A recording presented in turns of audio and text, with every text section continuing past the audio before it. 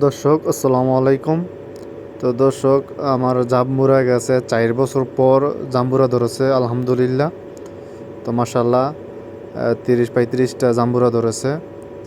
তো দর্শক, তো কিছু কিছু জাম্বুরা সবুজ, কিছু কিছু জাম্বুরা একটু লালচা কালার হয়ে গেছে।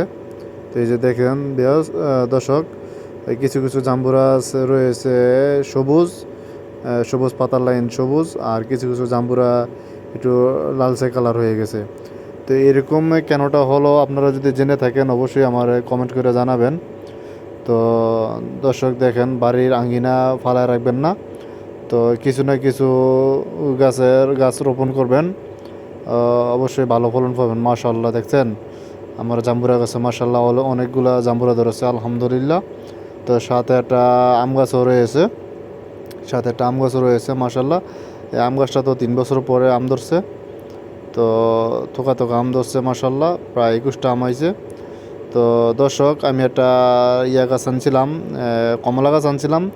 তো লেবু গাছের মধ্যে কলপ দিয়েছিল কমলা গাছের।